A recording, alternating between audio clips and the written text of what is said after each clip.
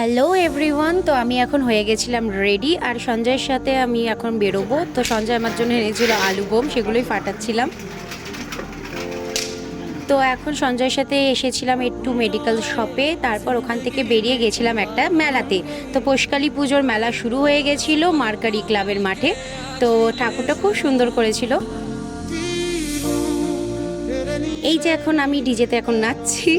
আর মেলাঘাটে যা যা হয় মোটামুটি সবই এসেছিল, ছোটোর মধ্যে করেছে কিন্তু প্রচুর আইটেম এসেছিল। বন্দুক দেখিয়েছি আর ফাটাবো না, এটা তো হতেই পারে না। আমার শট কোনো দিন মিস যাবে না।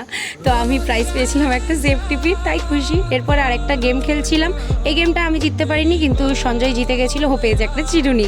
তো এটা দিয়ে ও এখন দাঁড়িয়ে দাঁড়িয়ে এই যে ওর চুল আঁচড়াচ্ছে।